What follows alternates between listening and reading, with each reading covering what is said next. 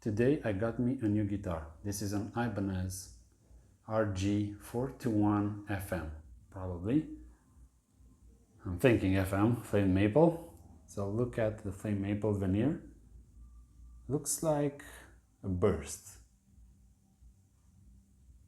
And I'm a sucker for yellow guitars, so the moment I've seen this on a really good price, and you're gonna see why. And with this type of fretboard with minimal inlays, I usually like the fretboards to have no inlays if possible, but the ones that have dots on the side, it's fine. I think Schecter has a few of those, Ibanez do, and maybe some LTDs or ESPs. So coming back to the price was $89 used. This has been sitting for more than 5 years, I think. Look at the headstock and the amount of dust here. I tuned it and I was super skeptical if the tuners will be rusty, stuck, or actually work, and they work super fine. I don't know how Ibanez is doing that on this entry-level guitar. Well, it's not entry-level because they have the geo range, but for Indonesia this is the lowest of the range. So the frets are like so oxidated and the strings are so rusty, again 5 years with no use, that you don't see them when you play. Like they are the same brown or even worse than the actual fretboard. The unwound strings, you don't see them. It's like you use muscle memory to play. It's fantastic. But everything works. But look at the dust. I haven't polished it, I haven't wiped it. I just wanted to keep it as you see it, so that we can go through the full restoration and upgrade process in this series of videos. Let's look on the back, because there are a few marks.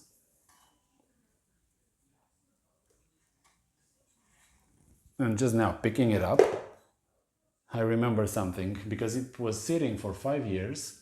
The edge of the fretboard is catching your hand. Like all the frets have went outside the fretboard, has fret sprout quite a lot. Probably everything was shrinking.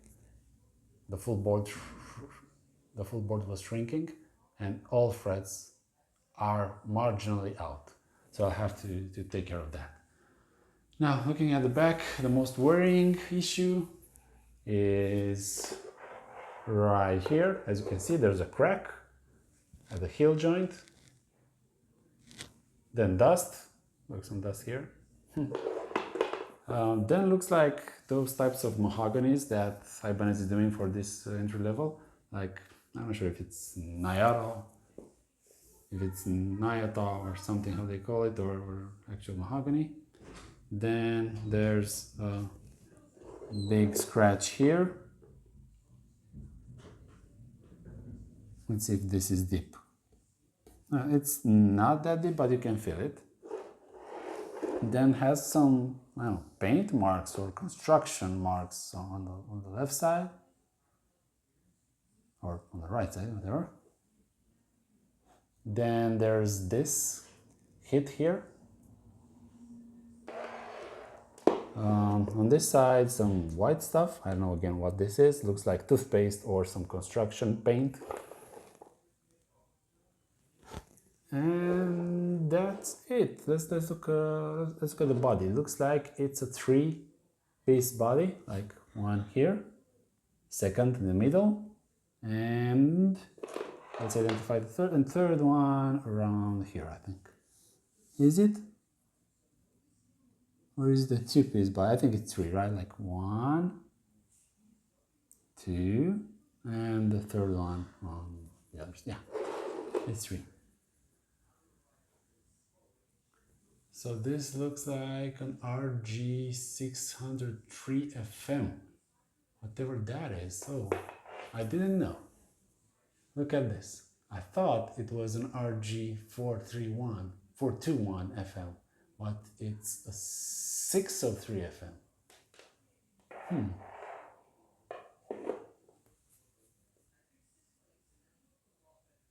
Well, that's it. Now I'm planning to do a ton of stuff to this one because that's what I got it. It's a mod project. Who doesn't love that? So things to do to it. I will change the pots because usually I've experienced that all the pots from cheap Indonesian models, the moment you change them, you're going to have an improvement in tone. Like, not tone, but signal. The signal is going to be fatter, more deep. Right now it's like thin, sounds thin, and sounds cheap. Then I have some saddles, spare from a Goto bridge, and I'm going to change these ones with those. I'll have to check if these are actually good or not. Probably I'll scratch them and see if it looks like pot metal or actual stainless steel. The pickups, they are so and so. They're not like Infinity ones that were super crappy. These I think are Quantum something, probably. They sound okay, but I have a spare Seymour Duncan JB. I'm gonna put that in a bridge, and in the neck I'm not sure if I'm gonna keep any pickup. Probably I'm gonna remove the pickup completely and stuff that with some sponge, or keep this one, or maybe buy another one, I don't know. That will decide what I will do with the pots and the switch. If I'm gonna only use the bridge pickup, I'm gonna remove the switch completely from the circuit, and I'm gonna go directly from volume and tone to the output jack. Now, on the fretboard, needs restoring, the frets need polishing, and I'm a little scared on how to do that, but I think I'll manage. The neck is completely straight and nice. There's no warping, no nothing. The action is superb. No fret buzz, which is like wow for this model. Like wow. The nut, I'm not sure if I'm gonna change that. There's gonna be a lot for me, which I'm not an expert. I will have to sand down a ton to shape the nut, the replacement nut, into this type of, into this format. So I'm not sure if I'm gonna do that, if I'm gonna take the time to do it. I'll see first. I'll do all the other things first, and then we're gonna see what's happening. And the tuners, usually Goto tuners, which are like a direct replacement, I think, the cheapest from Goto, they improve the sound a little, the tightness and the focus of each string more than this. Probably is the material, like the stainless steel or the material that they're made of has an impact. As Paul Smith is saying, and here's a PRS, he's saying that everything the string touches has an effect on the resonance. What else? On the harmonics and the tone. So I think that's it. There's a lot of work, and I'm gonna have follow-ups showing you everything I'm going to do. And of course, the fret sprout needs to be addressed, and I'm gonna file that down. That's gonna be fun.